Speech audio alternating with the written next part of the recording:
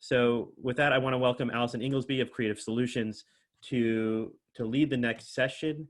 Thanks, Avi. Thanks, everyone. Wow, I'm so blown away, so inspired by what I just heard. And it just goes to show that when we as adults get out of the way and let you guys talk, there's no stopping you.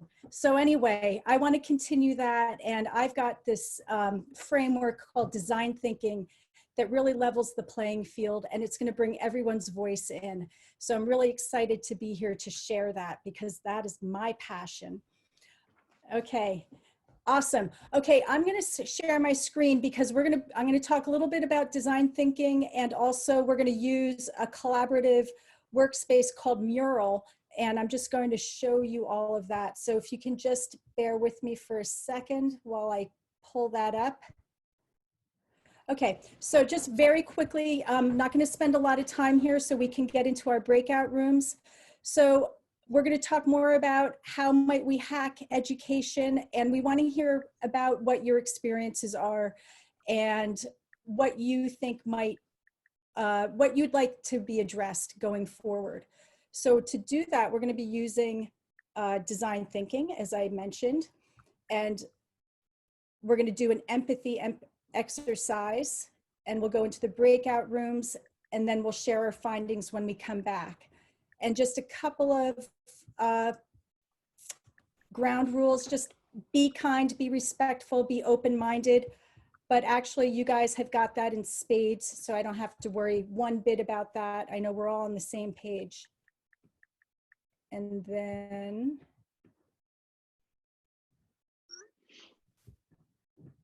so my quick little what is design thinking? It's going to be the 1-minute version. So design thinking is a process and mindsets that are used for creative problem solving. It puts people at the center. Design thinking starts with empathy to understand how people think and feel so that the solutions will be aligned with what people need and how they feel. So here are the steps in the process: empathize, define, ideate, prototype, test. We're going to stick with empathize today, and I hope that at some point down the road we can come back and go through the whole process and really disrupt education. I think I've got some willing participants out there, so if you guys are up for it, I'm totally up for it. The mindsets, these are mindsets that we all have, we can develop. You don't need any special degree or knowledge of anything. You need to be human. We focus on human values. We show and we don't tell. We embrace experimentation. We trust the process. We craft clarity. There's radical collaboration. There's a bias toward action and just getting it done. I also, what I love about design thinking is that it is the great equalizer. Everyone's voice is respected, valued, celebrated. It's very inclusive, and it supports diversity and inclusivity. Okay, next we're going to go to the empathy piece. Whoops. Oh, before we get there, just to show you a few different companies, a lot of companies use this process as one of their ways to innovate. So a lot of recognizable logos, just so that you know this process is being used in a number of different ways, and likely by products that you buy and have right around you and probably with you right now. Okay, so empathy. I'm going to invite you to add examples of empathy that you have from your life into the chat, and eventually I'll get them on the wall. But just to put a definition of empathy out to everyone, it's the ability to understand and share the feelings of one another. And so, as I said, design thinking starts with empathy so that you're actually designing solutions based on what people need and how they feel. So over here, we see the designer and the user, and then in the center is the empathy, and that's where the sweet spot and the innovation and the ideas come from. And so with that, Allison, can I add one quick thing to this? yes, I just absolutely. want everyone to know that this isn't a one-off. So the information data we're collecting today as part of our customer discovery / empathy, we're going to help use this and analyze this and add it to our greater growing collection of data and interviews to then guide what the next series of forums virtually can be. And we're really trying to take the design thinking process to heart so we can do something great with all these perspectives. Thank you, Keith. Thanks for that reminder. And then, so now Avi's going to place us into our breakout rooms, and we will get teleported to those rooms. And then you'll have a facilitator, and they will set up the scenario for the next 30 minutes. And then we'll come back as another big group, and we'll do a share out from each group. So we'll see you back in a few minutes. Avi, are we ready to go? We're ready to go. Get ready, everybody, to be teleported. Hold on to your scarves. Thank you. You've all been randomly assigned, so good luck. And if there's any issues, let me know. Goodbye. Thanks, Bye-bye. Avi. All right, so that was quick.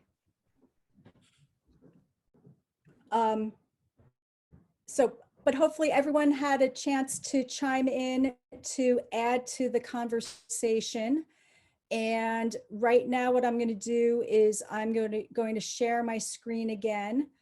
And then each group will go through and just share out what they thought should be addressed moving forward. Just as a little side note, my breakout room was all adults. So we're looking forward to hearing from the student side as well, but my breakout room happened to be all adults.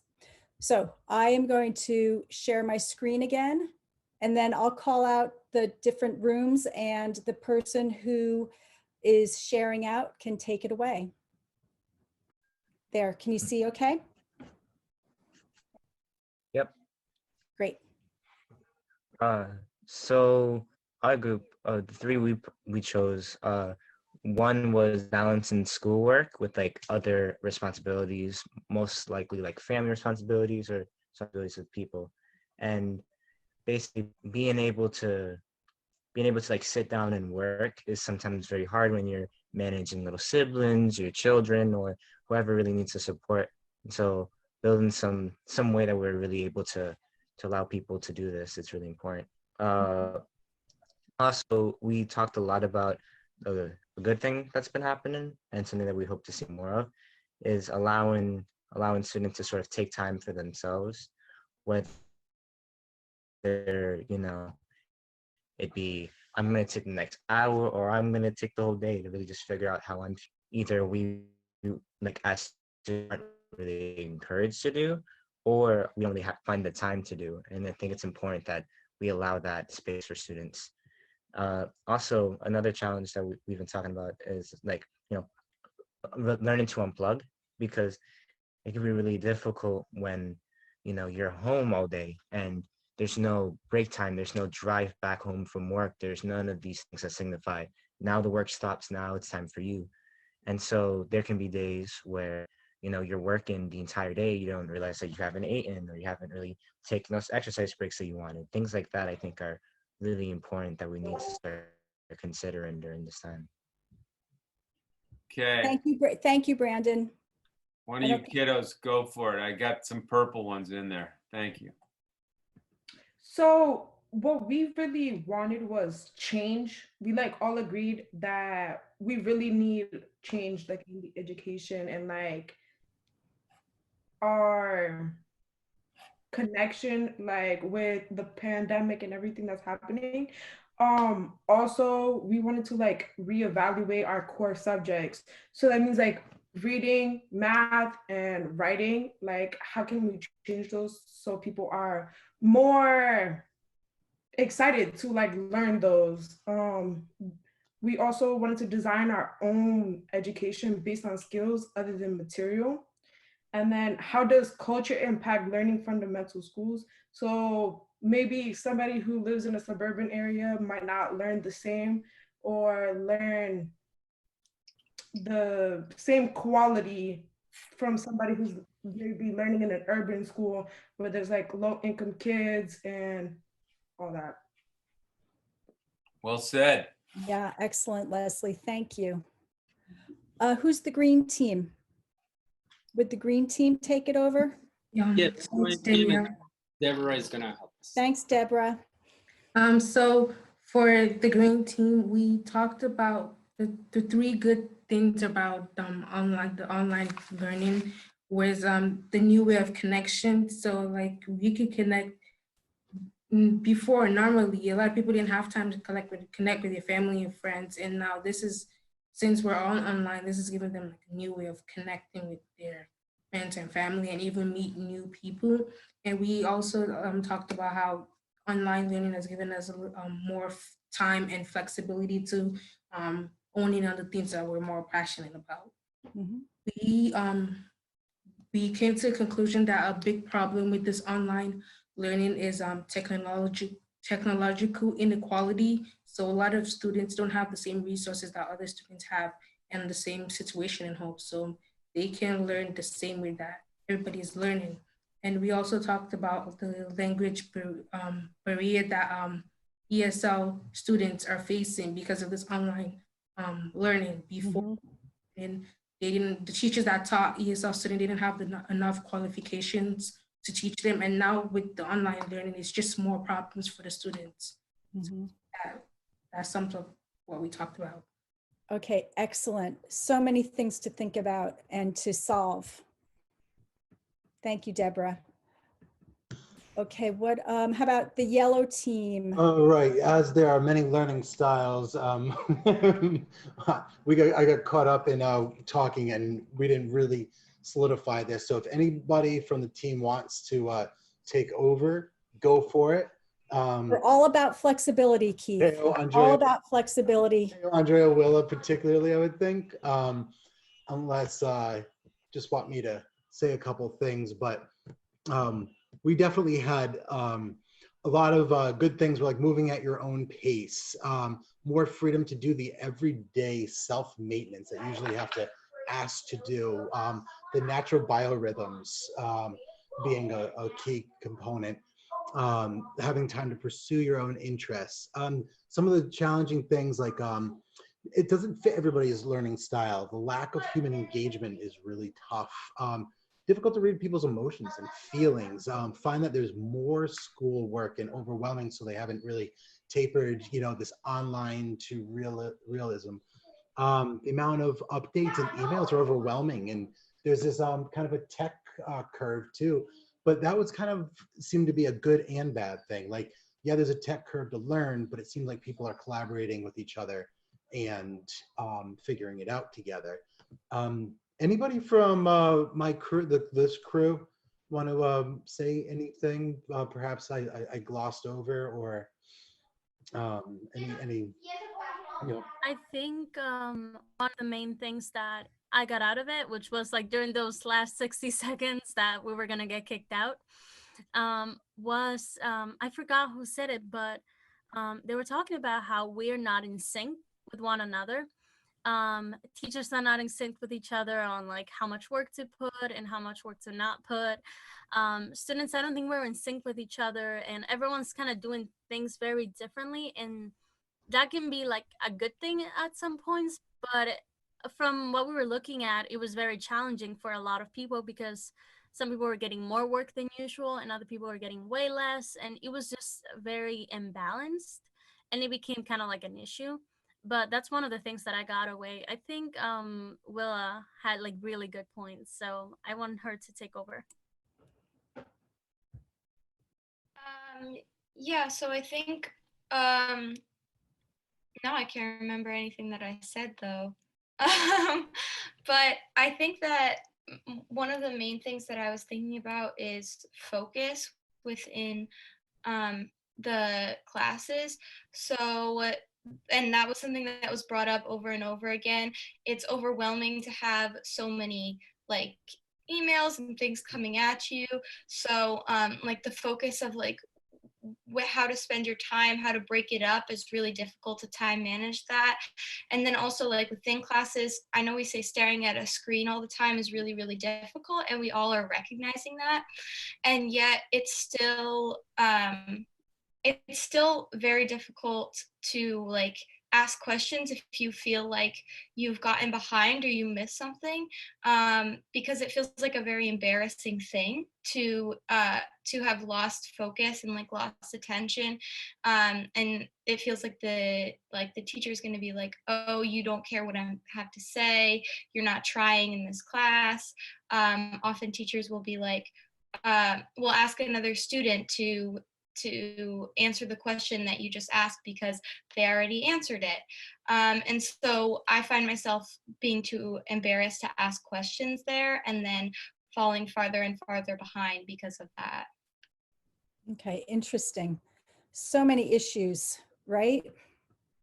So I think we're going to move down to what some of the adults have to say. Am I looking at the co-creation one, Francesca? Yeah. Okay.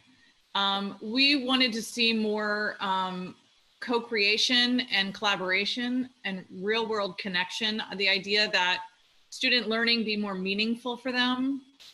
One thing that Amira brought up was the critical importance with the distance learning. You don't have, like Keith was saying, body language. You don't have some of those person-to-person, face-to-face relational nonverbals to go to elicit feedback and to connect with your teachers. So the idea of implementing feedback and office hours for people to connect was really, really important. But I think the idea of making learning meaningful was the bigger takeaway. Anyone else, Francesca? I think another thing that was emphasized is having these systems that work and that are tried and true. And we talked about nonprofits having a system of engagement with their students that's outside of school, but teachers not necessarily having those tools, and to figure out which ones work, which ones are the best. And that's the way that we can all stay together and kind of know what each other are doing and be there as support systems for each other. Mm-hmm. Excellent. Thank you so much. Okay, Ellen, you want to share out? Yeah, sure. Could you zoom in a little bit, Allison, for this? Yeah. Thanks. So we just kind of combined ours. So a lot of what was said in the group, we were a group of all adults, was the time and flexibility to schedule on own more time as a family and life skills. So what we were saying were some of the positives in this was the time that we now have with our families, the flexibility, so not all the students have to get up and do everything first thing in the morning. There's a little bit more time and they can make their own schedule, and we can also have more time as a family. And some of us have been using the time to like teach our kids like the home economics stuff, or, you know, cooking skills and things like that, that they're not learning in school. So this distance learning has given an opportunity for our kids to pick up some of those things. And then one of our challenges was finding ways to increase parent engagement, at least in Newport, and I'm sure across the board. Actually, it's been a struggle previous to distance learning, and now we find that it's even more difficult to engage parents with the school at this point, with kids not being in the school. So I don't know if anyone else wants to add anything, but those were our few major takeaways. Anyone else from our group want to chime in before we move? Yeah, Allison, I just want to reinforce what Ellen just said. I'm at Hope High School, and that's a real challenge, always. During normal times, it's really difficult, and right now it's impossible. And parents really have to be engaged, I think, if we're going to help kids maximize the opportunities that they have in class. If you look at just what's happening in some of the families where the kids are going to private schools, and what's happening when I'm experiencing at Hope, they're worlds apart. Mm-hmm. And we've got to find some way to cross that bridge to get parents more involved. There's got to be some way to do it. Yeah, agreed. We had 2 parents tune into our group from Wisconsin and somewhere else, which was pretty cool.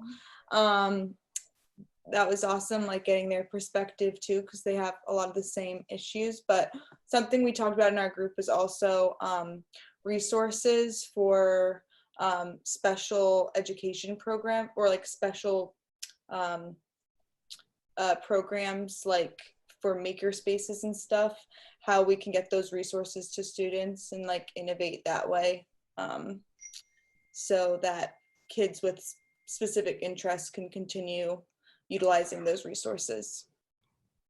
Right, and the equity, making sure that there's equity.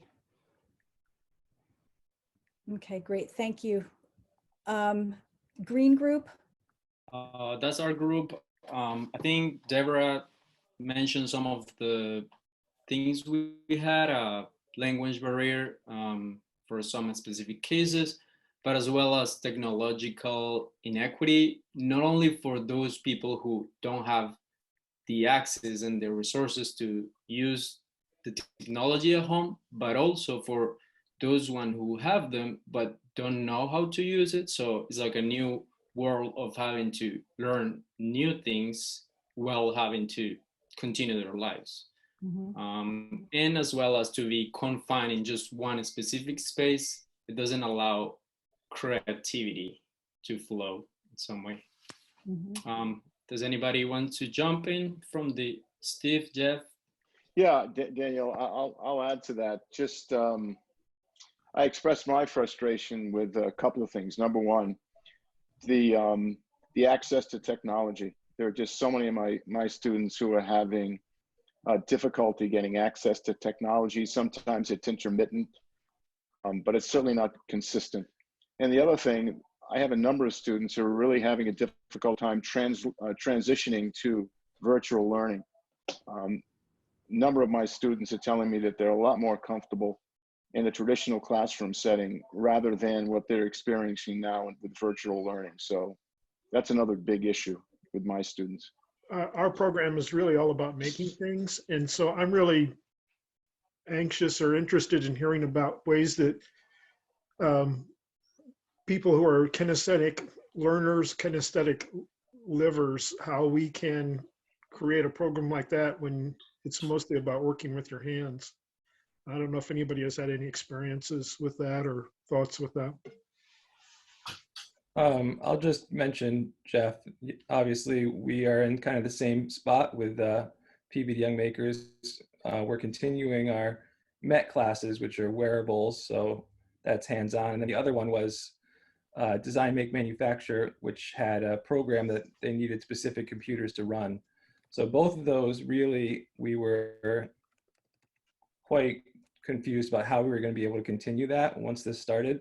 But so far, we don't have a perfect solution, obviously, but we've just been able to find ways to modify the content and also get all the equipment that we can to the students. Obviously, that's not possible to scale up in various situations. But one thing we did find, other than getting them the equipment that we were able to, was that there was almost, if we tweaked the projects a little bit, there was almost another level of creation that we were seeing because they were having to find substitutions for the normal tools. So for instance, a couple of our first projects are things we would have normally done in class, but we just kind of eased up on the guidelines about what materials they should be using and how finished their prototype should be. And we actually got some really, really interesting things that were made with materials that we would not have imagined out of necessity. So, I mean, yeah, not a solution, but definitely some things that we can do in the short term. So Thank you so definitely much. connect, Oh. make sure that you connect and so that you can share ideas. And I think we are running out of time, and there's one more, the yellow team. You just want to share out before I get the gong? Oh, before you get the gong. Well, so I want to open it up for either Tiffany, Cheryl, Toonie, or Becky to say something, just because my voice, yeah, I wanted your voice. Anybody want to just share one part? I can share, Keith. Thanks, please. Thanks, Becky. Yeah, so this is as a parent, right? We're talking as parents? Yeah. Okay, I couldn't remember exactly what we're talking. So yeah, as a parent, what I'm realizing is my high school senior has a much, she'd much rather be in the classroom. And I think she's a better learner face to face. And then in this type of a setting, I think it's just way easier to get distracted. So that's what I'm seeing. But there are definitely pluses, and there's, you know, time to get more sleep and rest and that type of thing. But I think it's a blend, I think would be great if we could create a blend. But I know right now, you know, looking to the future, what's going to happen in the fall, maybe that will end up being a blend. And I also think that more parent input would be good, and more with the teachers, kind of like real-time feedback with the teachers, I think would be good. And also I liked the idea of office hours for the teachers. They're very accessible. If they see that there's missing work, they'll call, and they'll be really accessible. But yeah, I just think there could be a way to really engage a little bit more. Great, thank you. Okay, really rich information that came out of that short spurt. What we're going to do is we're going to take a look at all of the information, and we will aggregate it and send out to all of you some of the overarching themes. And so you can look forward to that in the next few days or in the next week.